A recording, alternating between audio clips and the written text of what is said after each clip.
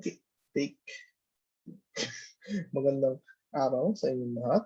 So this is the second lecture slide or second video lecture for the week, and it will be on counters and timers, which is one of the most commonly used sources of interrupts for a microcontroller.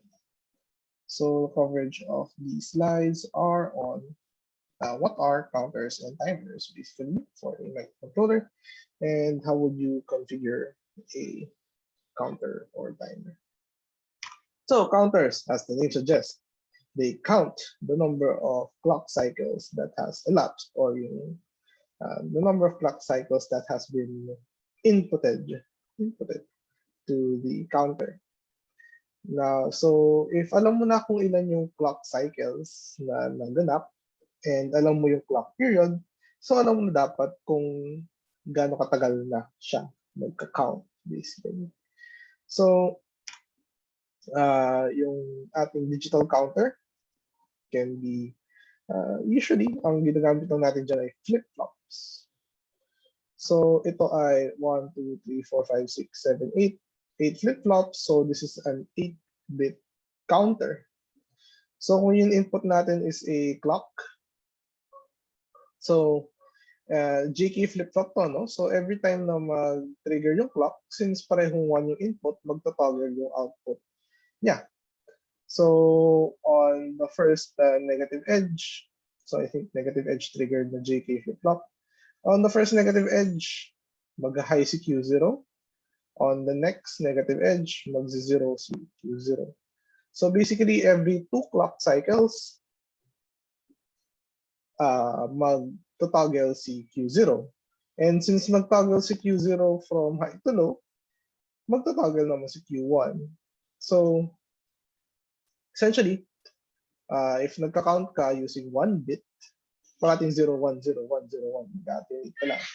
Pero if you're using 2 bits, so yung after the first negative cycle, ang output nito is 0, 1. After the next one is 1, 0, and then maging 1, 1. Tapos maging 1, 0, 0, 1, 0, 1, 1, 1, 0. So essentially, itong Q7 to Q0, sila na yung maging counter value mo, essentially. So, ayun. So essentially, si Q5, magkakaisang cycle lang siya after 32 cycles mo input. So, ayun. And then, excuse me, if alam mo yung number of clock ticks based on your counter, and alam mo yung frequency ng clock mo, alam mo yung time na mag-elapse. So for 8-bit counter here, tapos 1 sila lahat, so that is 2 to the 8 minus 1. And actually, sige, lagyan natin dito diretso. So that is 2 to the 8 minus 1. 155 over 60 times 10 to the 6. So 60 megahertz na clock.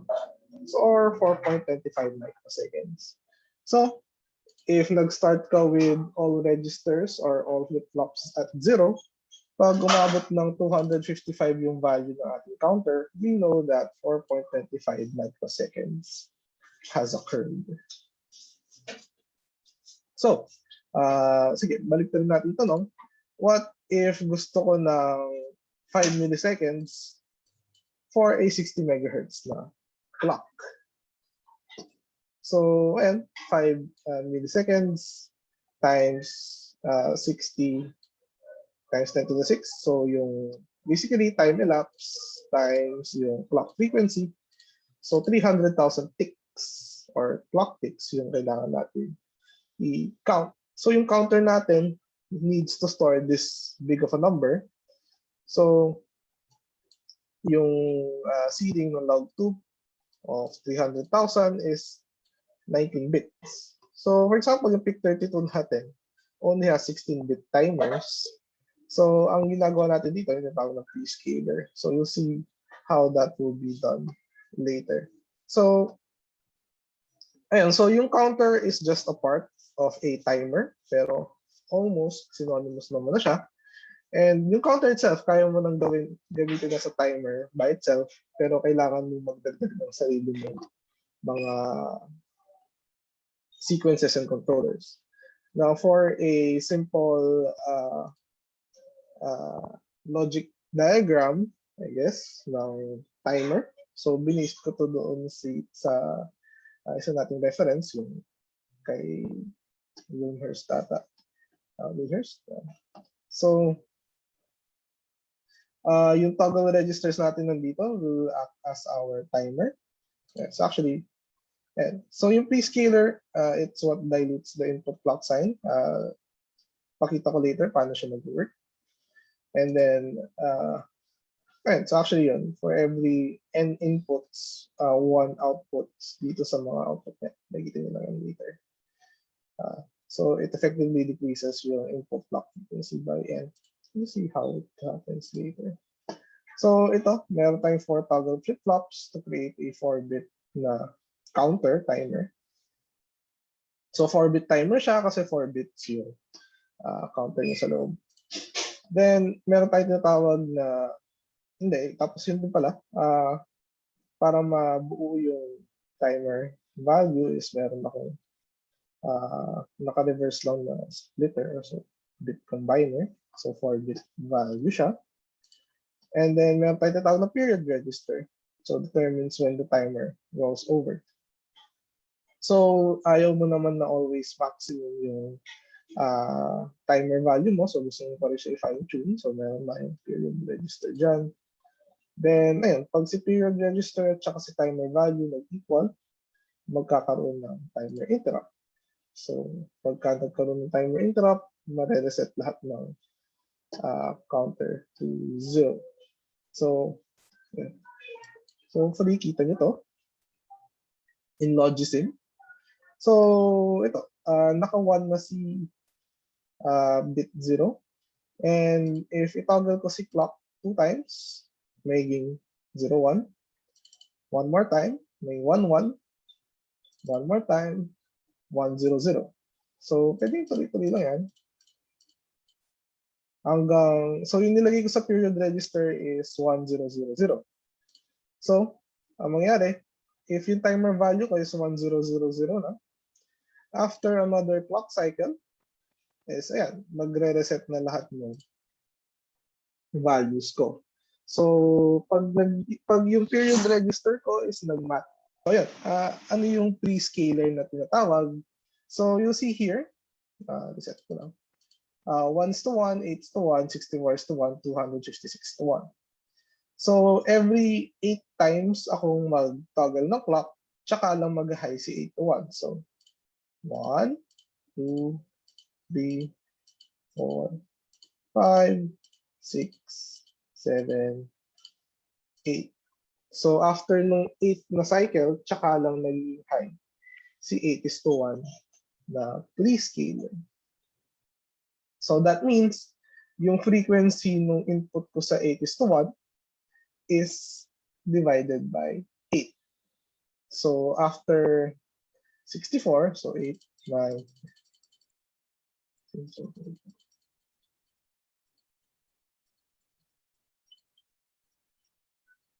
so medyo matagal yung 64. Actually, alam mo, i-detect ko na. So, yeah, automatic. So, yeah. So, basically, pwede yung bilangin. After 8 times mag-tick ni 8, mag-tick 1 si 64 is to 1. So, what that means is, effectively, yung ating frequency is nagda-dilute. Yeah, yung sabi ko sa slides. So, going back sa slides, so for every n inputs, 1 output. So effectively, yung clock frequency natin is divided by n. Okay. So, and other things na pwedeng mangyari dito, if, for example, si period register ko, gawin kong 111, si timer value, aakit muna siya ng 1111 before mag-reset. So, if sinet ko si period register ng 011 lang, so you see here, hindi na nag-1 yun. So, how would you, so if we want to select yung prescaler na 8, let's set prescaler to 8. So, you can see here, mas mabagal na mag-tick si timer value. So, every time nang naumabot si 8, tsaka lang siya mag-tick. Yan. And then, if I set ko siya to 256, so kailangan ko siyang hintayin ng matagalan. Taasan natin yung frequency to 256 Hz. So, roughly every second, mag-trigger si 256-1. So, medyo hindi siya exact kasi 200 Hz lang siya nagdamon. Anyway, so ayun. So, kung meron kang mabilis na clock frequency, pero gusto mo ng matagal na timer, usually gagamit ka ng mataas na prescaler. So, how do we combine yung prescaler and yung period register sa pagkuha ng time?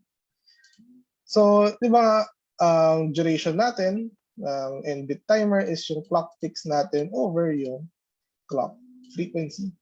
So yung clock ticks natin, synonymous siya doon sa nilalagay natin sa period register. Kasi di ba, after mo ma-meet yung period register, ay magro-roll over ka na tinatawag, and magre-reset na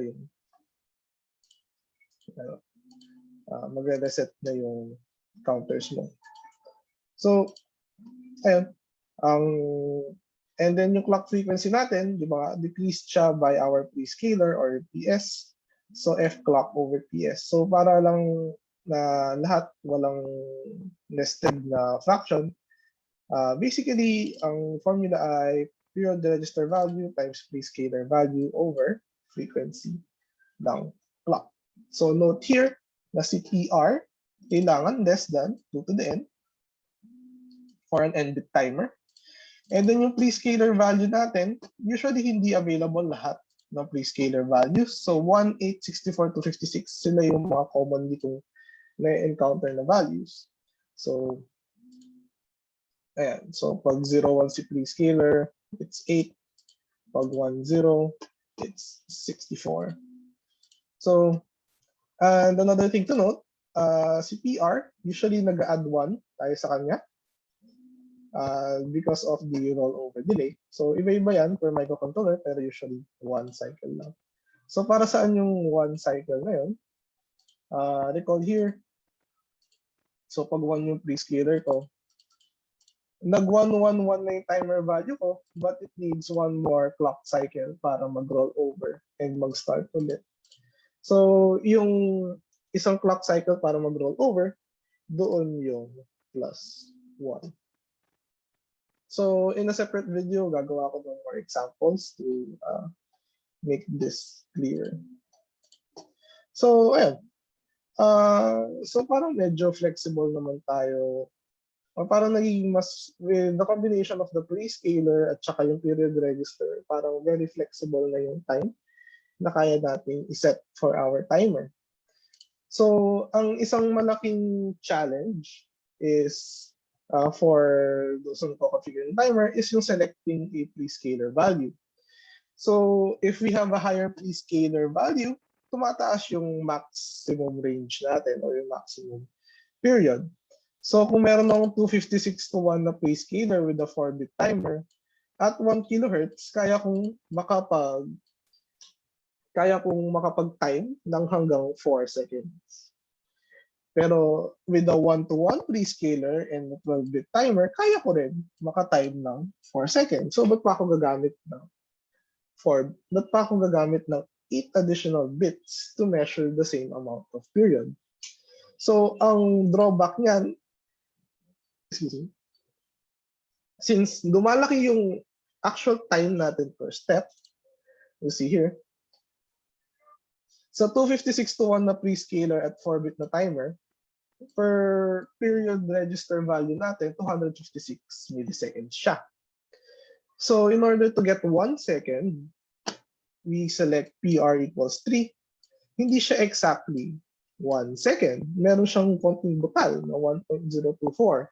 So parang malaki nga yung range mo, yung parang granularity mo naman, sobrang liit. If you compare this dun sa 1-to-1 prescaler na 12 bits, 1 millisecond ka per PR or register value. So you can exactly get 1 second if we set yung PR natin to 1,000. So basically, pag bunabaan natin yung prescaler, mas magiging precise tayo or mas magiging exact tayo sa pag-set ng timer values. So in summary, so counters literally count the number of input clock cycles, which represent yung elapsed time by knowing the frequency. And then timers employ additional tools to fine-tune yung timing capabilities ng ating counters. So the prescaler allows us to modify yung ating clock frequency without compromising yung clock frequency ng buong system. So with a pre-existing clock, kaya mong lakihan, or actually kaya mo nang lakihan yung time period or babaan yung frequency ng current na input clock niya. In the worst case, pwede ka naman mag-input ng external clock sa timer usually. And you just have to check the datasheet on how to configure that. Then lastly, yung period register nga is yung actual na sineset mo to get your correct timer duration. So, ayun lang naman for counters and timers. Or actually, may isa pa siguro ako lecture video on more specific examples on how to configure yung timer. And that would be all for now.